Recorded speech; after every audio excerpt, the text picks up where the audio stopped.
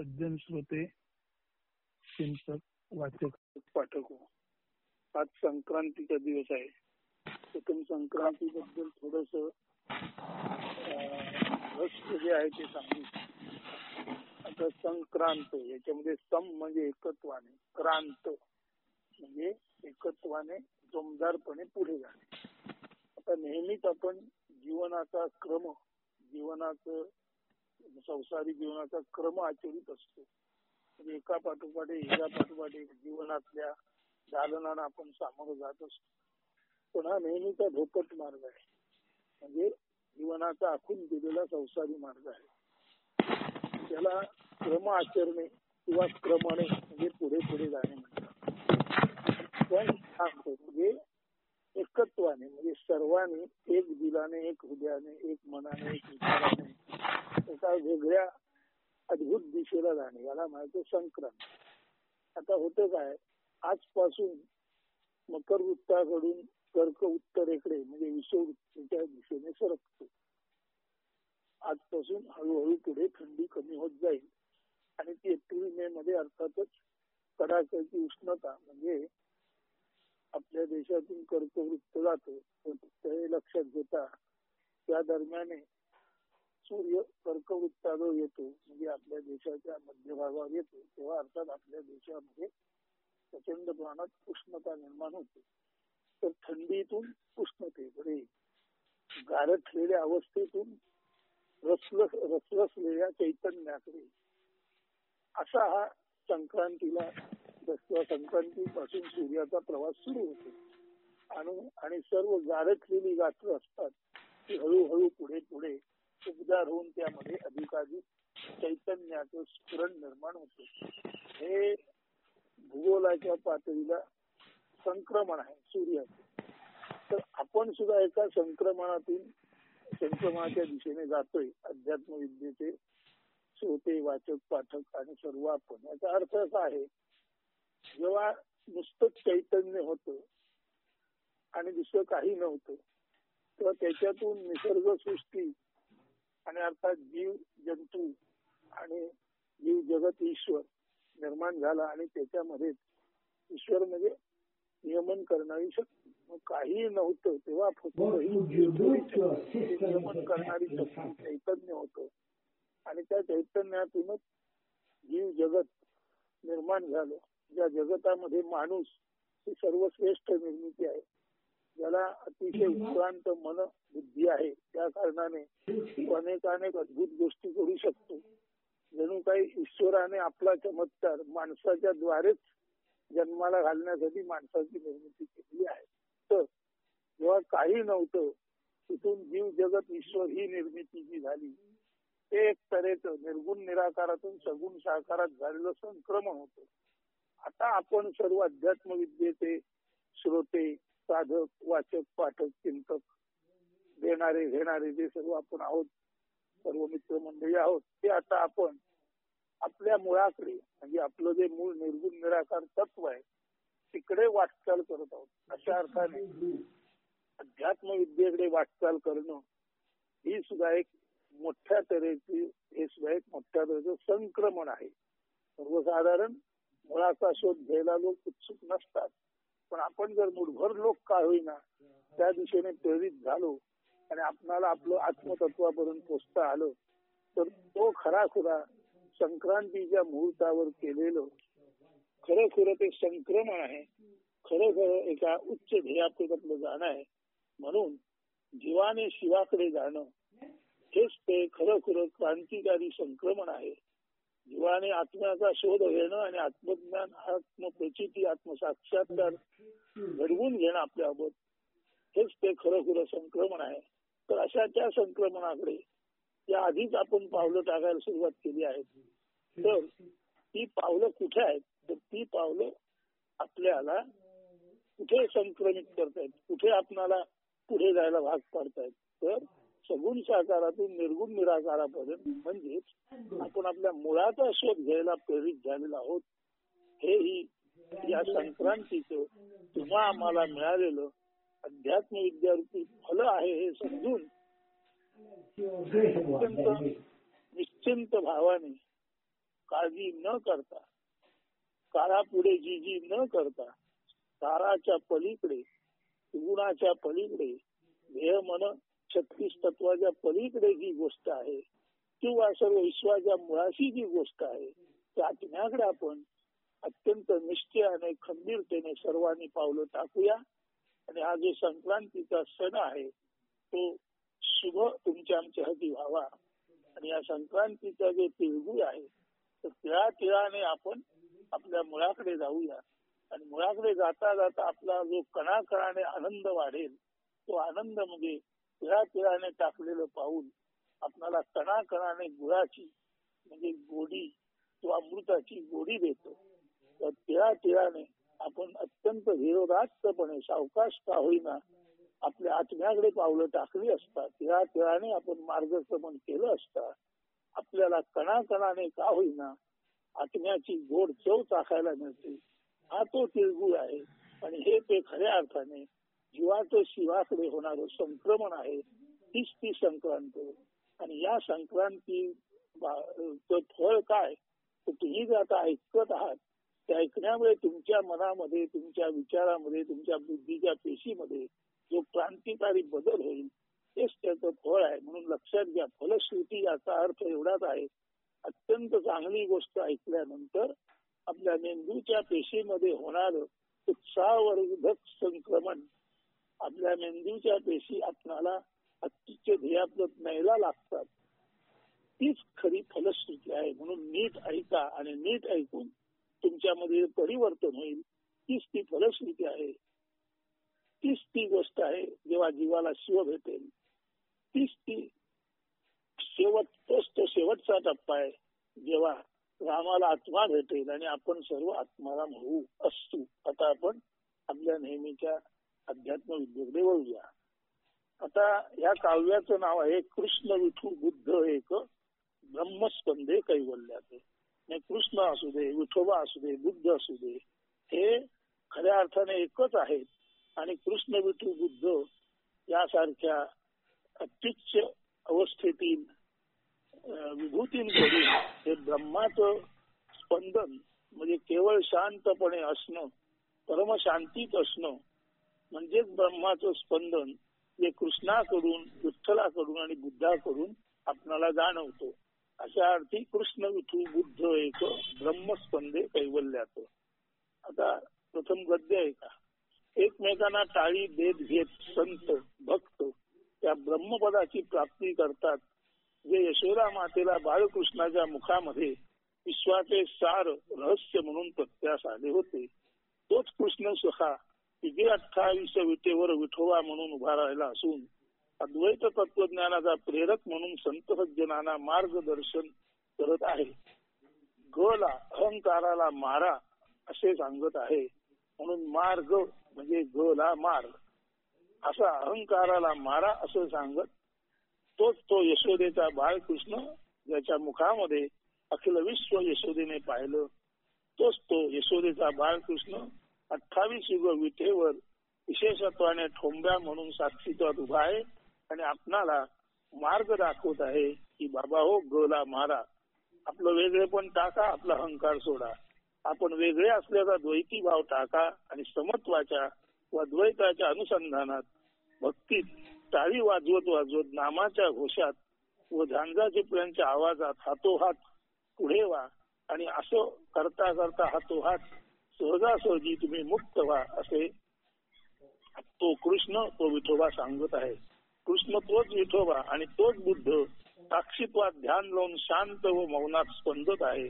गोकुळीच्या राणा तोच पंढरीचा विठोबा आणि तोच तो भगवान गौतम बुद्ध सदा साक्षीत्वात स्थितप्रज्ञतेत ब्रह्म म्हणून स्पंदत असतो. जर देह मन भाव यांचे अतीत भक्त असेल तर त्याच्या मनाचे न मन अमन साधते, मनोकाश भेदाभेदांच्या भ्रापासून मुक्त होते. आता या निरभ्र मनाच्या आकाशात केवळ दाटी वाटीने चैतन्य राहते.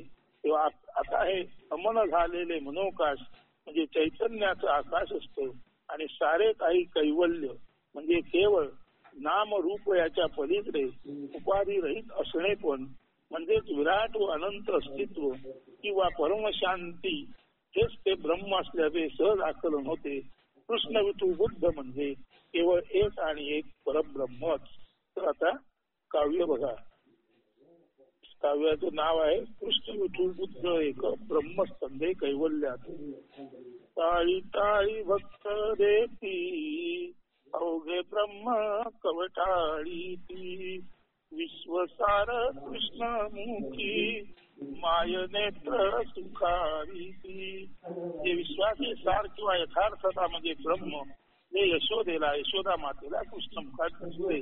म्हणून टाळी टाळी भक्त देती अवघे ब्रह्म कवटाळी ती. विश्वसार कृष्णमुखी माय नेत्र सुखावी ती. तोच कृष्ण सखा अवघा निरंतर विटे उभा. टाळी देत टाळी घेत संत मुक्त हातो हात. शांत मौन साक्षीत्वात बुद्ध स्पंदे कैवल्यात. गोकुळीचा तोची राणा पंढरीचा विठो जाणा. देह मन भावातीत भक्त जरी न मनात. कृष्ण विठू बुद्ध एक ब्रह्मस्पंदे कैवल्यात. कृष्ण विठू बुद्ध एक ब्रह्मस्पंदे कैवल्यात.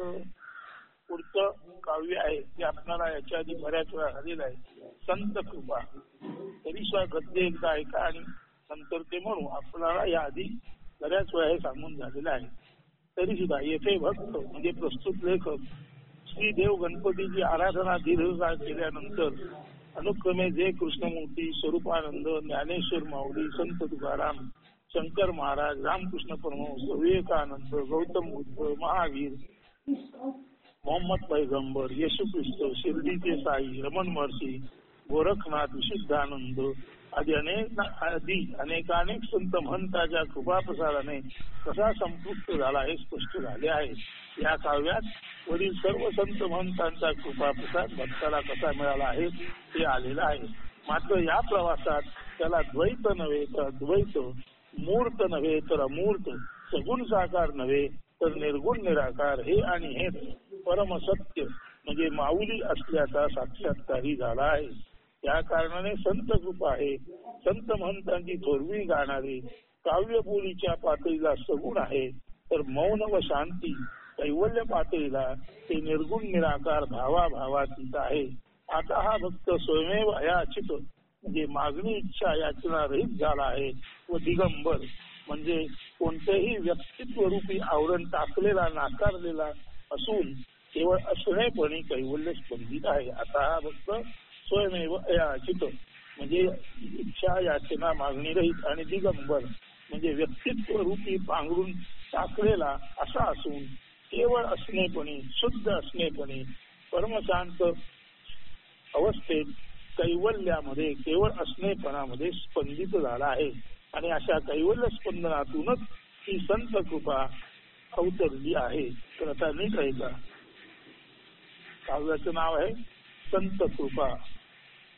चित आले माझ्या दारी संत वारकरी मजवरी संत कृपा झाली बहुधारी मजवरी कृपावृष्टी केली मज बालकाची नाव पहिलं नेली तयांचे ऋण फेडणार कैसे जाऊ तरी माझे बोलायचे तैसे पारिजाती बोल कस्तुरी मोल देवा कैसी तुझा पडलिसे भूल ऐसी भूल पडता बहुमोल केले मजे बालकाशी तुला थोर केले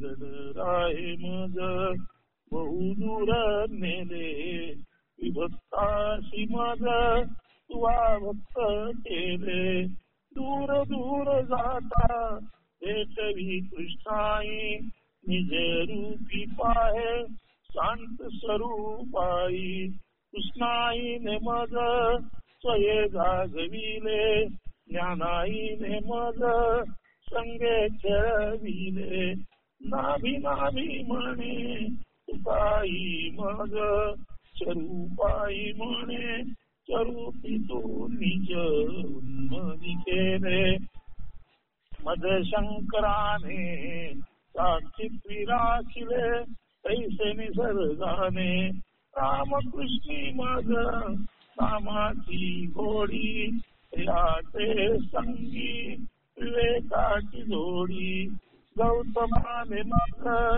करुणाधिधरी महावीर रूपे विरक्ती भेटली मोहम्मद म्हणे न माझी होई सांगा श्रोते माझ कोठे राही येशू साई तैसे महर्षी रमण मग पामरासी दाविती चरण गोरक्षाचे योगे अमन झालो विशुद्ध भेटता शिवत्व पावलो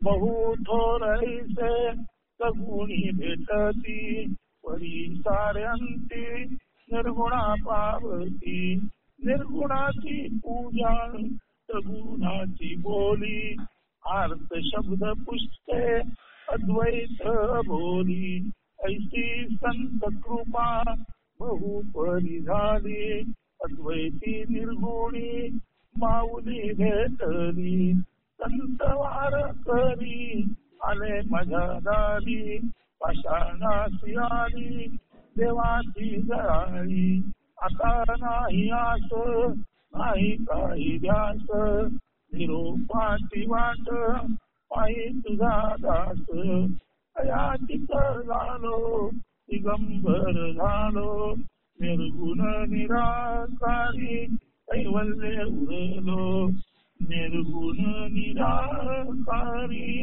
कैवल्य उरलो ओम शांती शांती शांती. अशा तऱ्हेने जवळजवळ 17 संत आणि 18 परमसत्य म्हणजे निर्गुण निराकार आत्म्याचा साक्षात्कार हे सर्व या भक्ताच्या हृदयामध्ये संत एकवटल्यामुळे त्याला उपलब्ध झालेला आहे. आणि या सर्वांना मिळून संत कृपा म्हणजे निर्गुण निराकार आत्मतत्वाचा साक्षात्कार म्हणजे ही संत कृपा त्याच्यावर झालेली आहे. तुम्हा सर्वांना सुद्धा याचा लाभ होवो ही या संक्रांतीच्या निमित्ताने शुभेच्छा व्यक्त करतो. आता ऐसे संत विश्व कवी संत हे विश्वाचे कवी असतात. आता याच्यामध्ये एक ध्यानात घ्या उपनिषद काळामध्ये स्थिती वाङ्मयामध्ये कवी त्याला म्हणत जो माणूस निर्गुण निराकार परब्रह्माचं तत्वाचं सोहम हौसो हे ज्ञान प्रत्यक्षात आपल्या रचनातून उलगडून दाखवत असे आणि आत्म्याचं विशुद्ध आत्मचैतन्याचं सुस्पष्ट विवेचन करत असे मार्गदर्शन करत असे अर्थात जाणीवेच्या पातळीला उन्मनी भाव असते त्यांना हे जाणवलं ते जेव्हा सांगत काव्यातून किंवा त्यांच्या या रचनेला काव्य असं म्हणत तेव्हा तत्वाचं ज्ञान देणारे ते कवी असं स्थिती काळामध्ये कवी म्हणून ज्यांना ओळखलं जात असं ते सर्व केवळ तत्वाचे आपल्या मुळाचं अधिष्ठानाचं ज्ञान देणारे लोक होते आणि त्यांना कवी असं म्हणत. आज कवी याचा अर्थ 2-4 शब्द इकडचे तिकडचे करून थोडेफार मीटर मध्ये बसून गाण्यायोग्य जो काही लिहितो त्याला काव्य म्हणतात. तर या काव्यात प्रेमानंदात देहमनातीत राहून आपल्या काव्यातून अखिल विश्वाबाबत करुणा अभिव्यक्त करणाऱ्या कवींना विश्वकवी किंवा संत कवी असे म्हटले आहे. अन्यथा सारे बकरी कवी म्हणजे इकडचं तिकडचं ओढपाडून ते तघळणारे बकरी कवी, 4 ओळीचे चोर कवी, ह्यातल्या 2 ओळी त्यातल्या 2 ओळी घेऊन कसं बसं काव्य करणारे 4 ओळीचे चोर कवी, करुणेबाबत अनभिज्ञ असणारे आणि वासनेला प्रेम समजणारे बलात्कारी कवी, ज्यांच्याजवळ विश्व करुणा नाही, सर्व जीवाप्रती करुणेचा भाव नाही आणि ज्यांना वासना आणि प्रेम यातला फरक कळत नाही, ते वासनेलाच प्रेम समजतात असे प्रेम कवी हे तर खरे तर बलात्कारी कवी आहेत. म्हणजे त्यांच्या वासना तुमच्या आमच्यावर लादणारे कवी आहेत. अस्ताव्यस्त शब्दाचा घोळ असलेले आणि जशी कोंबडी खाते थोडं आणि नाश करते कुस्करते जास्त, अशा तऱ्हेने शब्दबंबाळ काव्य लिहिणारे ते कोंबडी कवी आणि पुरेशी भावधारणा होण्यापूर्वी म्हणजे भावचित्र पूर्ण होण्याआधीच कविता करण्याची घाई झालेले आणि मग अर्धी मूर्ती कविता करणारे असे हे जे काही कवी आहेत त्यांना आपण म्हटलेलं आहे, त्याला आपण म्हणतो सिझरिंग. म्हणजे बाळ जन्माला येण्याआधीच घाई गर्दी करून सिझरिंगने बाळाला जन्म द्यावा असे जे सिझेरियन्स आहेत, असे याला आपण म्हणतो ऑपरेशन करून बाळाला बाहेर काढणारे सिझेरियन्स डॉक्टर असतात.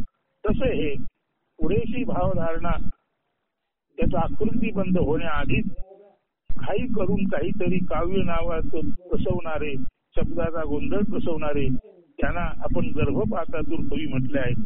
तर बकरी कवी, बलात्कारी कवी, कोंबडी कवी आणि गर्भपातातून कवी असे आहेत बरेचसे कवी आजचे. आणि खऱ्या अर्थाने प्रेमानंदात देहमनातीत राहून आपल्या काव्यातून अखिल विश्वाबाबत करुणा अभिव्यक्त करणाऱ्या कवींना विश्वकवी किंवा संत कवी म्हणतात. ते अत्यंत दुर्मिळ आहे. तर विश्वकवी कसे असतात हे सांगताना उरलेल्या कवींवर थोडं आपण काय केलेलं आहे, टीका टिप्पणी केलेली आहे किंवा उरलेल्या कवींचं व्यंग दाखवलेलं आहे. पण हा व्यंग दाखवण्या उद्देश नसून निर्व्यंग कविता ती जी परमेश्वर, वैश्विक करुणा आणि आत्म्याबाबत असते तीच निर्व्यंग किंवा निर्दोष कवी किंवा निर्दोष कविता तीच जे केवळ आत्मा, परमात्म तत्व, विश्वाचं अधिष्ठान आणि परमेश्वर याबाबतच भावना व्यक्त करतात. त्यांना आपल्या स्तुती वाङ्मयामध्ये कवी म्हटलेलं आहे आणि त्यांच्या रचनांना काव्य म्हटलेलं आहे. तर संत कवी आणि त्यांचं काव्य हे निर्दोष आहे. संत कवी हे विश्वकवी आहेत आणि त्यांचं काव्य हे अधिष्ठानाचं वर्णन करणारं, आत्म्याचं वर्णन करणारं, अशा अर्थी परमेश्वर स्तुती, कीर्ती आणि परमेश्वराचं ज्ञान देणारं अशा अर्थी ते परमोच्च काव्य आहे. परमेश्वराबाबत ते परमोच्च काव्य आणि त्याबाबत लिहिणारे ते विश्वकवी. बाकी सर्व कोंबडी कवी, बकरी कवी वगैरे वगैरे. तर आता ऐका, विश्वकवी हे शेवट आलेले आहेत. तत्पूर्वी आपण ज्याच्यावर व्यंग करलेलं आहे ते सध्याचे सर्वसाधारण कवीचं वर्णन आलेलं आहे. तर आता ऐका. पालाभाजीवर बाडे काटे कुटी पोट भरे, ब्या ब्या ब्या ब्या रव चरी ओळखावे बकरी कवी, तिकडते चोरुनिया पोट भरी, शब्द अक्षरा झोंबती चारोळीचे चोर कवी, प्रेम सौंदर्या अजाण करुणेची तण तण, वासनेला प्रेम म्हणती बलात्कारी ऐसे कवी, अस्ताव्यस्त शब्द घोळ एका दुसऱ्याना मेळ, उष्टे मास्तरी खुरती मुक्त असती कोंबडी कवी, नवजगी नव कवी नवजात शीघ्र कवी, गर्भधारणेचे आधी गर्भपाता तूर कवी, प्रेमानंदी राहताती विश्वकरुणा वागवीती, देह मनातीत असती ऐसे संत विश्व कवी. तर खरे जे संत आहेत तेच तात्विक अर्थाने कवी म्हणण्यास पात्र आहेत आणि त्यांच्या रचना याच तत्वार्थाने काव्य म्हणण्यास पात्र आहेत. म्हणून प्रेमानंदी राहताती विश्वकरुणा वागवीती, देह मनातीत असती ऐसे संत विश्वकवी. बाकी सारे बकरी कवी, चारोळीचे चोर कवी, बलात्कारी कवी, कोंबडी कवी आणि गर्भपातातूर कवी या 4-5 कॅटेगोरी मध्ये विभागलेले सध्याचे कवी आहेत. असतो आता ऐसा साधू केवळ निर्मळा लागतो. जो मनाने निर्मळ असतो त्यालाच फक्त खराखुरा साधू लागतो. आता बघा, मूळ सत्ता शून्यत्वाचीच आहे. ती सदा उदित किंवा कायम असलेली सदोदित म्हणजे सत किंवा सद्रूप आहे. ती नेहमीच समत्वात, समतेच्या अधीन म्हणजे समाधीत असते. या शून्य ब्रह्म सत्तेत सर्व रूप गुण भाव यांचा लय साधलेला असतो. म्हणून रूप गुण भाव लीन झालेल्या या ब्रह्माला शून्य ब्रह्म म्हणतात. मात्र वेगळ्या दिशेने पाहताना त्या ब्रह्मातूनच सर्व रूप गुण भाव अभिव्यक्त होत असल्याने काही जण या सत्तेला पूर्ण ब्रह्म असे म्हणतात. या सत्तेला शून्य वा पूर्ण काही म्हटले तरीही रूप गुण भाव प्रकट असोत वा अप्रकट, या सत्तेला शून्य वा पूर्ण काही म्हटले तरीही रूप गुण भाव प्रकट असोत वा अप्रकट, वास्तवात सारे काही एक आणि एकमेवच आहे. सर्व अभिव्यक्ती जेथून होते तेथेच ती लयाला जाते आणि पुनर्अभिव्यक्तही होते.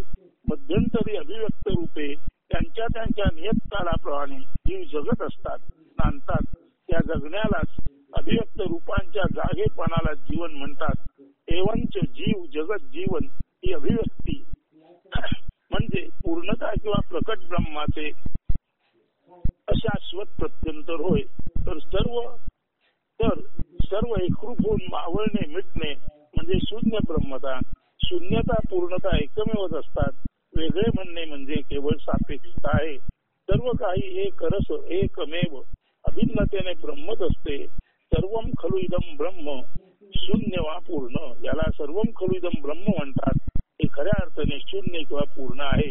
येथे एक दुजे तिजे अशी गणनाही अस्थायी ठरते. सर्व केवळ असणेपणे कैवल्य रसपूर्ण असते. मात्र रसे कैवल्य समाधीत किंवा समत्वाधीन असताना त्यातून चैतन्य प्रकाश सर्वत्र फाकतो किंवा प्रकटतो.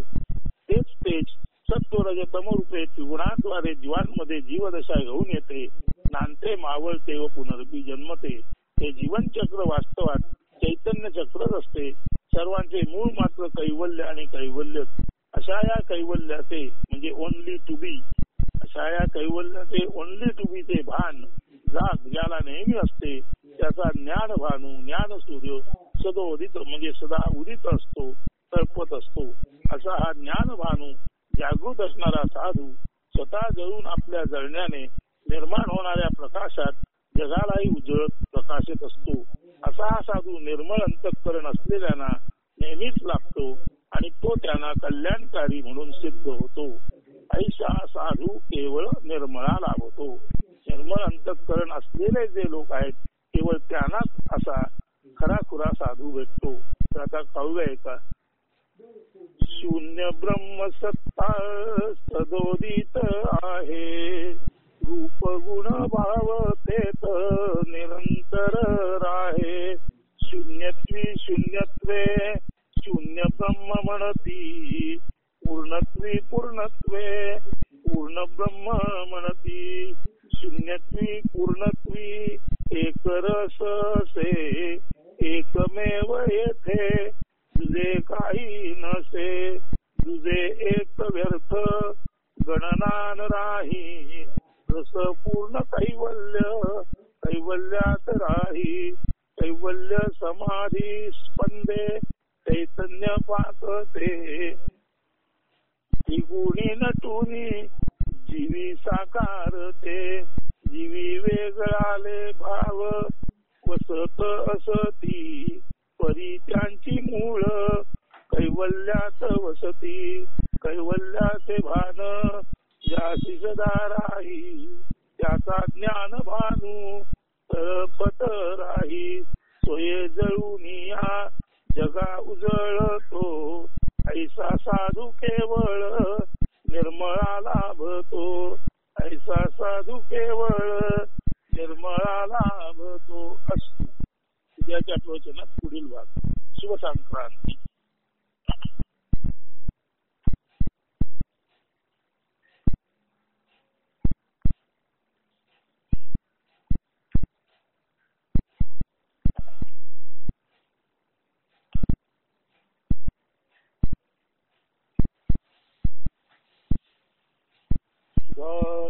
जगदाधारा देई मज सावरे,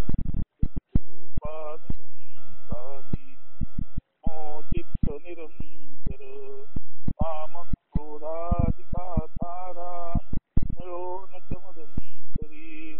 पंडित वसो मूर्ती श्री हरितागिरी, शरीरी शरीरारी श्रीपुत्रादी परिग्रही.